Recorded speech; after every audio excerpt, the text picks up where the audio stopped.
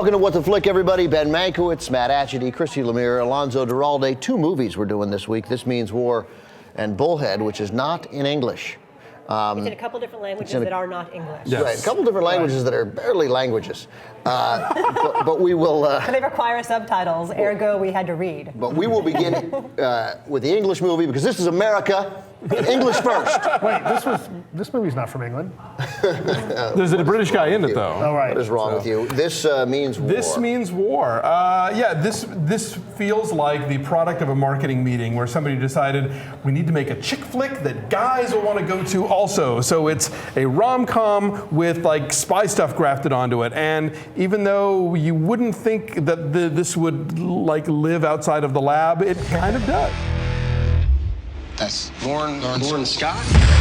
I feel weird about dating 2 guys at once. You think Gloria Steinem got arrested and sat in a jail cell so you could act like a little bitch? I think I'm going to hell. Get out there and you get flexible. You know what? You date her. Besides the fact, if I got in the picture, it wouldn't even be fair. I'm sorry. What does that mean? I think we should lay down some ground rules. I think we should. I don't think we should tell her that we know each other. Let's stay out of each other's way. Just let her decide. May the best man win. I want you to follow Agent Hansen. I'll be right back.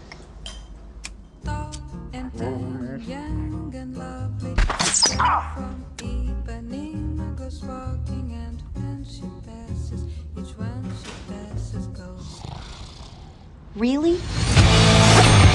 This is my friend. Okay, you can do this. They'll probably just shake hands. I think I'm gonna pass out.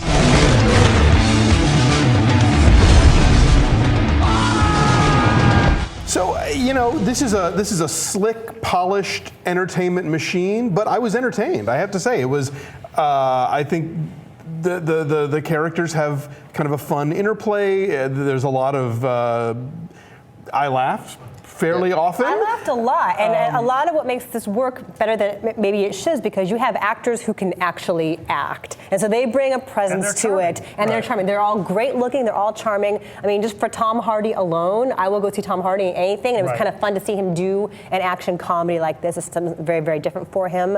I had fun, and it's getting trashed needlessly. I think people are enjoying the pack mentality of piling onto it. It's getting the dog pile on the side. It's like 29%. It's unnecessary. I mean, it is not a Godiva chocolate. It is like a Whitman sampler. But, it's still chocolate. It might be pixie sticks. Alonso and I saw it with regular people. Yeah, at a Valentine's Day sort of pre-screening, public sneak preview. And I think the audience was fairly close to rollicking. Like they were really enjoying it. At the Critic screening I was at, people were laughing. People were having a good time.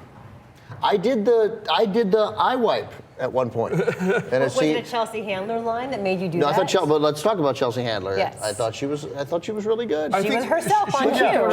She's got the best stuff, and I bet you she made up all of her own lines. It sounds improv. It really sounds in her voice. Yeah. I mean, the idea that in any universe, Reese Witherspoon and Chelsea Handler would even have a conversation, much less be best friends, is pretty implausible, like more than some of the actual stunts in this movie. But, she shows up. She's her boozy, brash self on cue. But this movie has that kind of gloss that you would get like in an old Doris Day movie. The CIA, the LA office is all blue. Like everybody dresses like blue, gray. The whole thing is color coded. It's a James Cameron movie. Right, and then you cut to Reese Witherspoon's product analysis lab, and everything is these crazy bright primary colors, like big squares of orange and green on the wall, and everybody just looks like they stepped out of a douche commercial, And so it's just ridiculous, but it knows it's being ridiculous, and it's just, I was entertained. We I had should a good mention time. that this comes from the director known as McG. At one point, will he stop being McG? Will he ever, he's like an 80-year-old man. Being Joseph McGinty? Right, with movies on Turner Classic, and he's still McG. When he makes Schindler's List, maybe, I don't know. And it's such a good name. His real name. Yeah. Joseph McGinty. Like it's a good, the Great McGinty. The Great McGinty, right? Yeah. If you want to not leave. That was too much to live up to. Right, directed by Joe McGinty.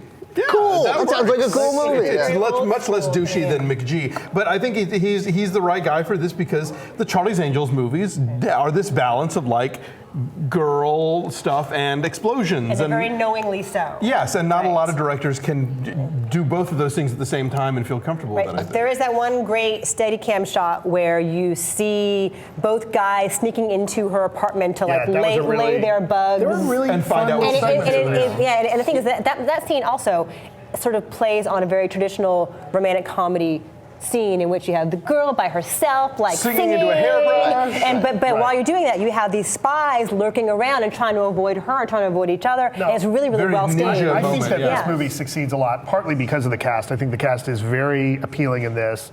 Even if you have problems, a lot of people don't like Reese Witherspoon. She's super charming in this. Who doesn't like Reese Witherspoon? Haters. Haters.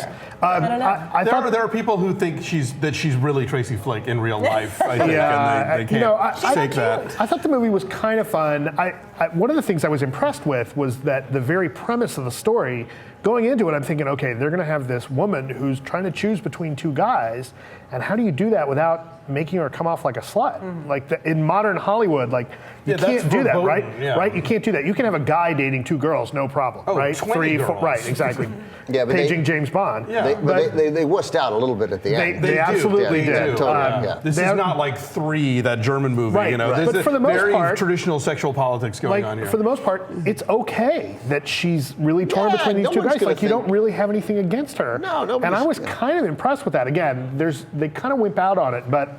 They didn't. It was totally an unnecessary wimp out. Nobody cared at that point. And I will say also, I'm not going to say who she picks. I think she picked wrong. No question. I agree. Horrible decision. Horrible, inexplicable decision. She picked wrong. When you guys go see this movie and you come back and watch this, I think she picked wrong. Did any of the rest of you catch that moment where where they're in the office and Tom Hardy and Chris Pine, now the gloves are off, now they're angry at each other, and Hardy slaps Chris Pine, and all of a sudden it's Tom Hardy from Bronson, and not fun, cute Tom Hardy. All of a sudden it's, oh shit! Now he's gonna kill.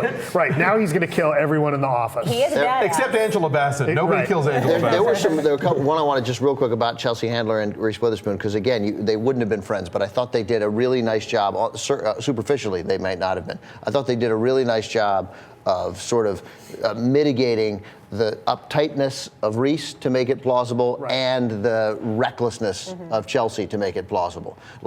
She's this foul-talking, drinking, but she loves her husband.